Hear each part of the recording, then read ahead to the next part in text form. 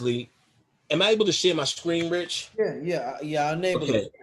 Give me 1 second. Let me find this first so I can get it up and make it real. Shout out to everybody in the chat while Panic get that together. Get this thing going. Shout out to Sci-Fi, King Simon. King Simon in the building. King Solomon. Simon. All right, where the hell is this Apple? All right, Necronomicon Magic. All right. What? Yeah, Word, you silly thing. All right, give me 1 sec. Open this crap up. All right. All right, let me share this screen. Say, you know, they're nothing more than, you know, just my stories. You know, then some occultists found out he would get these stories from dreaming. These were Lovecraft's dreams and continuations of these stories and characters. So the cult nigga said, oh, you channeling. He himself, I'm not channeling. He was just this weird recluse guy. Horror as we know it is because of him. Before him, horror was like Dracula, The Mummy, Edgar Allan Poe, you know, anything that had, you know, The Raven. What was that dude? Vincent Price, anything with that motherfucker in it. That was horror. Then you started seeing after Lovecraft type shit or his impact because he made his work public domain so anybody can write about it and anyone has. All of these movies, Creature from the Black Lagoon, The Blob, Alien, H.G. or H.R. Gruger, something Gruger. He did some artwork updating the Baphomet and also creating the Species character. And he also, I have the book in here, he created the artwork for Alien. So all the aliens is H.P. Lovecraft. Cabin in the Woods, Pacific Realm, Evil Dead, Phantoms, Mimic, Ghost Ship. Anytime you hear something evil, something ancient, is all Lovecraft work, all about monsters. So Donald Tyson is probably the greatest, not the greatest, probably the guy you want. He's the guy who kind of he takes Lovecraft and the occult and marries it on step 1 level. You get what I'm saying? There's another book that's out of print, Polaria, Gift of the White Stone. I think it's R.H. or R.P. Mueller, which is really, what's the dude? The dude that used to run the OTO, that was a fake name. But it's out of print anyway. But he goes in on the science of the monster, Lucifer, and all the rest of that shit in there. Another good guy to get is a guy called Constantinos. He did one Nocturnaton. That's pretty good. Lovecraft-esque. Can I get a couple of books real quick? Yeah, go ahead, brother. All right. Let me get a couple of books real quick.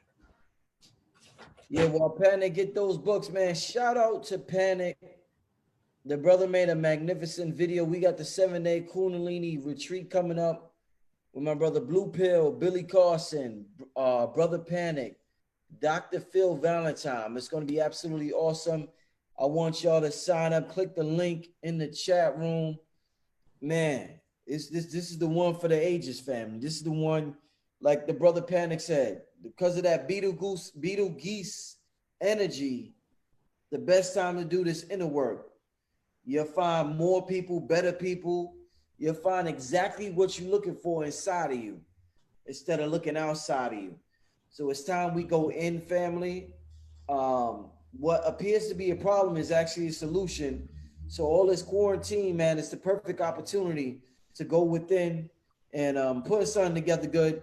My brother Panic is back. Go ahead, my brother. Right. Rich, I heard you, Rich, and the stuff you're saying is right on point. This is the guy to get to, Mog Morton. He does a lot of pre-dynastic writing when Set was running the joint. Okay. Bull of Anbos. Seth. What's it called? Let me see that. What's it called? The Bull of Anbos. Okay. Okay. Seth and Egyptian Magic, #2. He did maybe 1 and 2. Okay. Mog Morton, Moggmorgan. He's excellent at pre-dynastic shit. This is a good book by Donald Tyson, if you can get it. Sexual Alchemy by Donald Tyson. He'll tell you how to have magical intercourse with the spirits. You can fuck your way into any goddamn thing. All you need is your hand. And a hand in this guide, this handy spirit guide. So if you could get this in PDF somewhere, this is a good guide for the mentality of how to start speaking to spirits and use your sexual energy to manipulate this reality. As for was this it? Actually, oh no, but I did get the right one. This is an excellent book. Field Guide to the Creatures That Cannot Rest in Peace. Encyclopedia of the Undead by Bob Coran, author of Vampires, illustrated by Ian Daniels, because they have a whole chapter on H.P. Lovecraft in here that is so to the point, dynamite. It tells you about his life, his impact, because he was nothing more than a channeler. So that I was reading from a chapter in my book. It goes on to say, since he's never said the word Necronomicon. That book was called The Hound.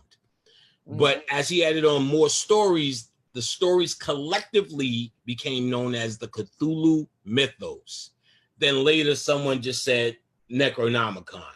So they was collectively called the Necronomicon, though there was never a book. They were collective short stories. And they also were public domain. So when it got to the 70s, there was a bookstore owner named Simon. The movie Johnny Depp was in it when he was trying to find that book.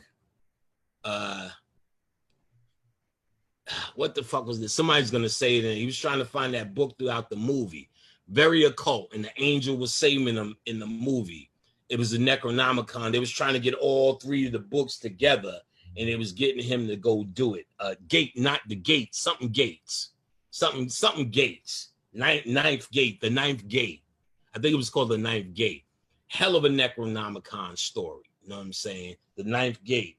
That was loosely based on the bookstore owner, because his friend was the bookstore owner, Simon. Simon, who knew was public domain, wrote a book called the Necronomicon, known as Simon's Necronomicon, where he used Sumerian deities. But now Lovecraft really channeled. The Ninth Gate. They're saying the Ninth Gate. Panic. Yeah, the Ninth Gate. Yeah. Tell them late. Them niggas is so late. I just said it. But tell them I said, thank you. Good job. You guys are all over it, man. No tap. Like, yo, let me tell you, Miss Adrian's in the building. As soon as I stepped out there, I felt that fire on the back of that head. Woo. Like, so she's coming through with this one hard. I'm telling you that. So Simon's Necronomicon, like I said, he talked about the Sumerian deities, and those were still so powerful. He wrote because he released that book in 1977. He now wrote an update book saying what happened in 1977 when he released his book. He's gas shortage, Son of Sam, motherfucking hostages, blackout. This nigga was naming all this shit in 77. And no doubt, me and my sister went to a foster home. And so shit went down because of the Necronomicon. I'm just joking. But he talks about that in Simon's thing. So to get back to Lovecraft 7 and the original understanding, because there have been games, there's a book series called Gurups. There was a Necronomicon Gurups.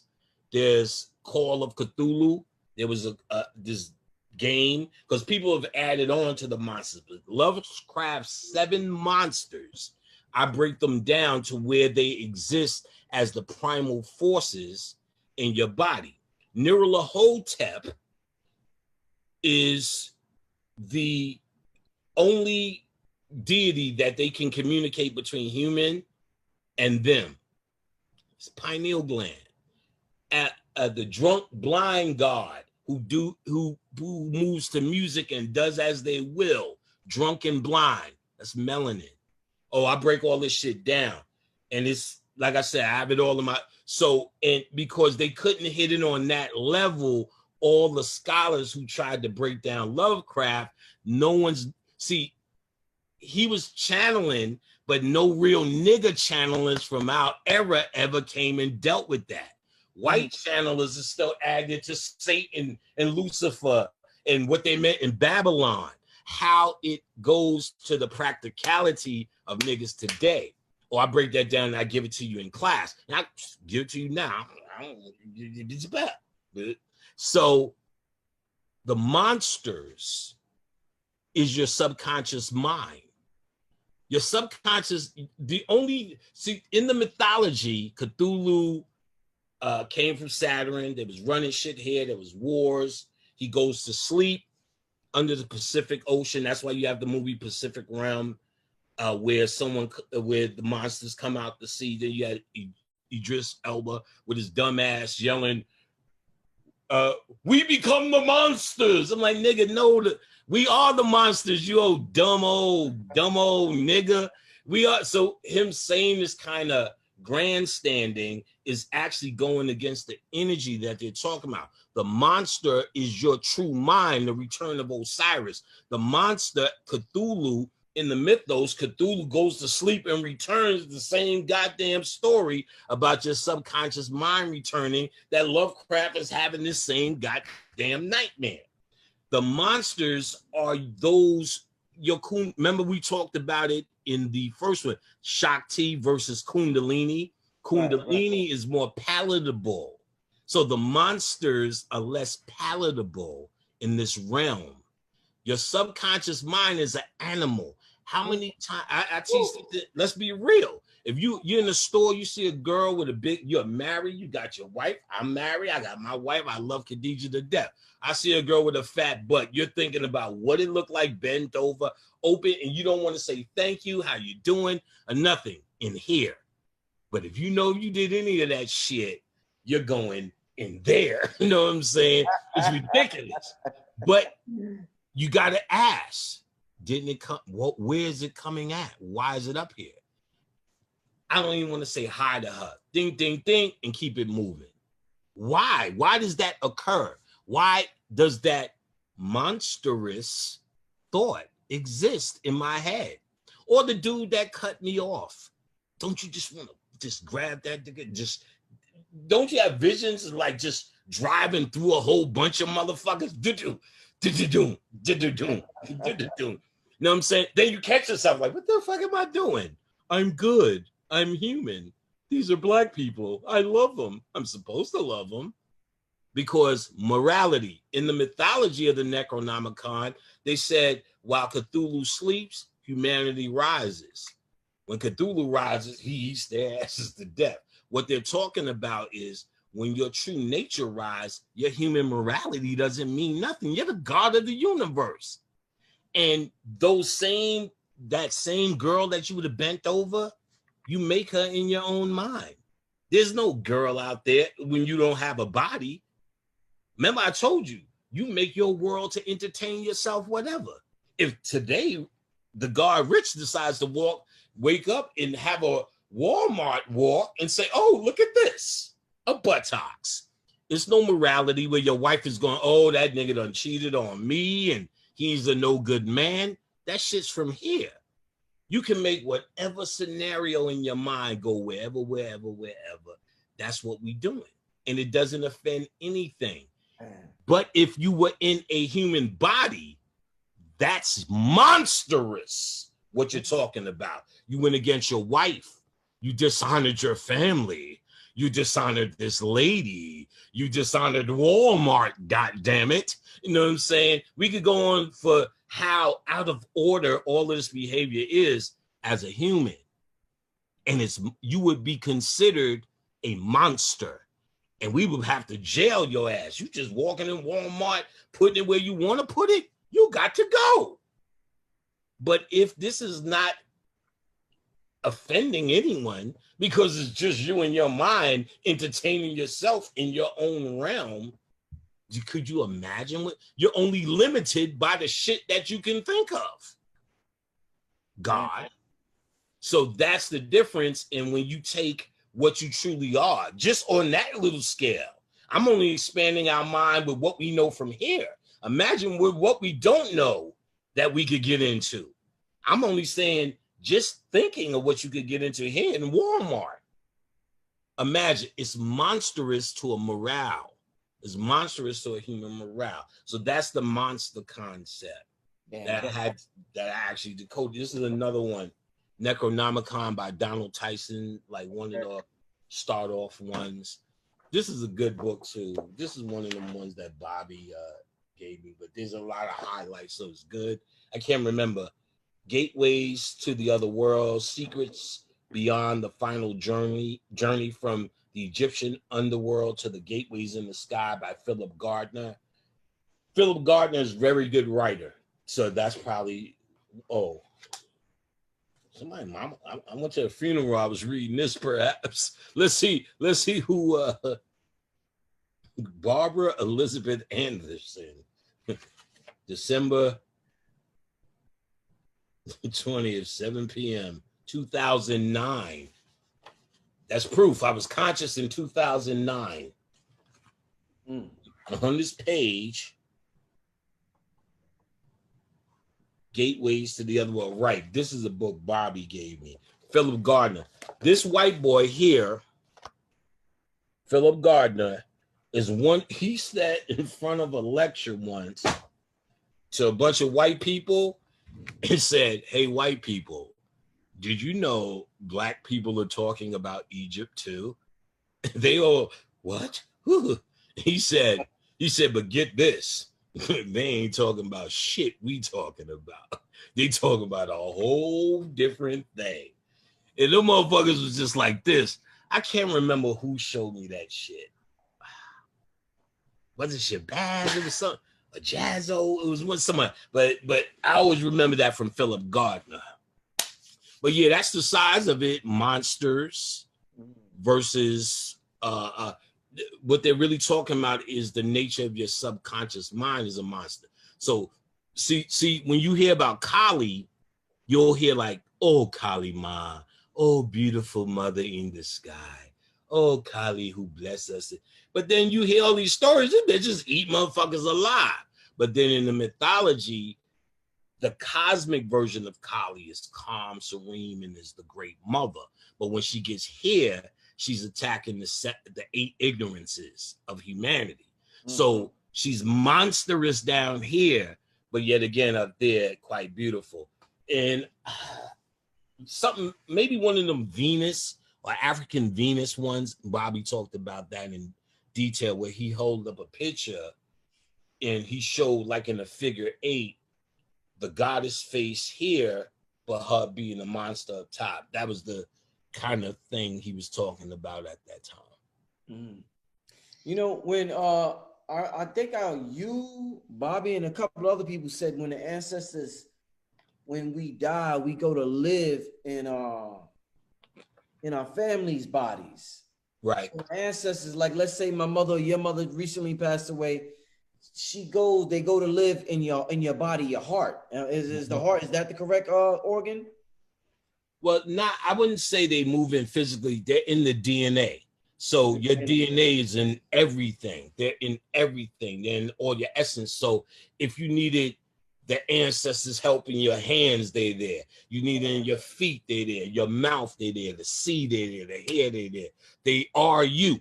You know what I'm saying? So your heart is symbolic of the love and the kingdom and all the rest of that shit. And I would have to say your heart would have to be open to be able to receive. They're always in you, just your ability to acknowledge and use is really the key. And so the opening of the heart and all the rest of that stuff is just to receive a bigger abundance of that guidance, that spiritual guidance. But they're everywhere. They always were you. You know what I'm saying? Indeed. Physical, you know what I'm saying? You know that's your, you know it's the same motherfuckers. You, your aunt, your uncle. You know what I'm saying? So when we spiritually, let's say we spiritually died, for lack of better words, I guess we went to live in another deity's body or DNA of another deity. You get what I'm saying? So hold on, say it again. So when we, like they say, what we call birth is the death of a spirit. Okay. So just like our ancestors, when they die, they live in our DNA. I guess when we come to this realm, we live in another entity's DNA. It's like a fractal. It keeps repeating itself. What you think? I see what you're saying. I probably would look at it before you get on that level, because you could go on that shit. That's just another way of saying, like, what was that shit that the Grassi guy was saying? This is a simulation of a simulation of a simulation of a simulation. Right. But truthfully, in Kabbalah, they tell you, if you go by that, this was the archetype world, then it fell over, then it copied itself, and then that's it. So it tells you what simulation we're in.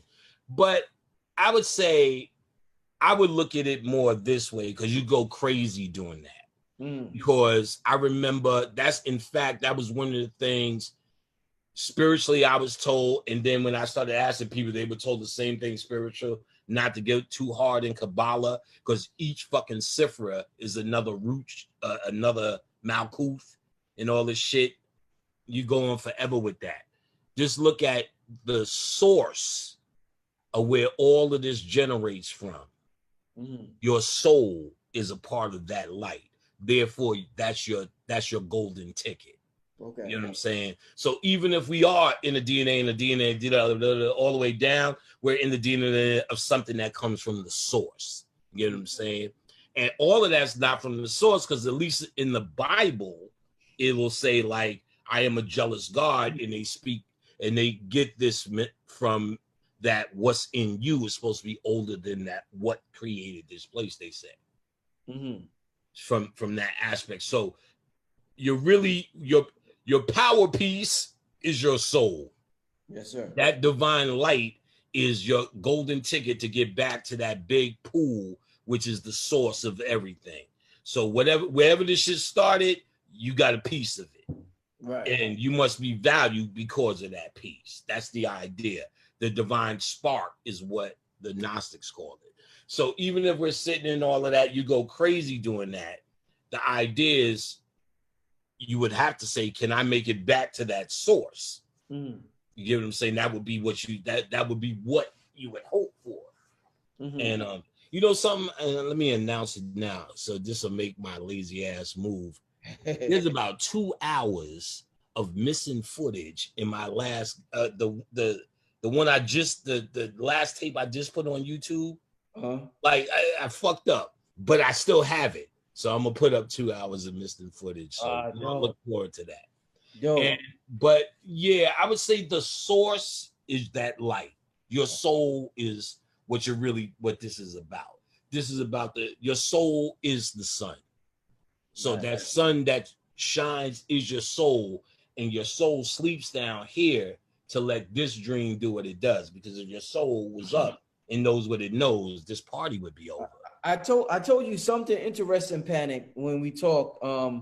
I said, yo, you're able to draw so much light from your soul that you have much more energy than a lot of vegans I know. Oh yeah. And the vegans, because we're taught that, you know, the food is what gives us the light, or the physical sun that we see gives us the light. Something you draw from gives you more light. You've heard it already. Amen. Ra. In sun. In his sun, yes. Once you go to the dark side, you become illuminated. There's a book called, I think it's called Darkness Visible. by Simon Buxton. Darkness Visible by Simon Buxton, where he tells, you know, they've been studying all these African rituals with darkness and staying. They said after a certain amount of days in the darkness, the pineal starts to open up and you can start to see fluorescent. They said you can. They said he drops Darkness Visible is the name of the book by Simon Buxton. If not, it's Simon Buxton's book. He made a book about bees, and he made, I think it's called Darkness Visible. I don't want to leave and get it again, but he talks about how this comes online after these go out. You know what I'm saying? Don't know why we bring that up. Don't know why we bring that up. What the fuck is he talking about again? That's that, yo. When that starts happening, Rich, that's when I'm going.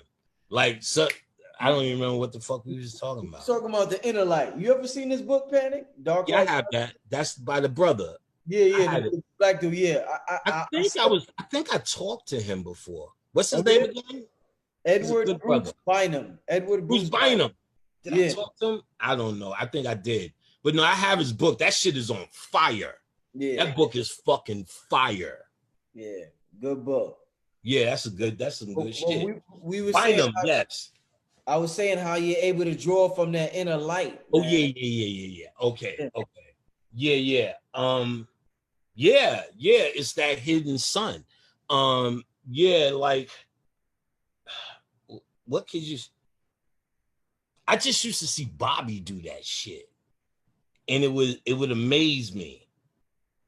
And I think I just felt it, like, you know, I was a nigga who couldn't shut up anyway.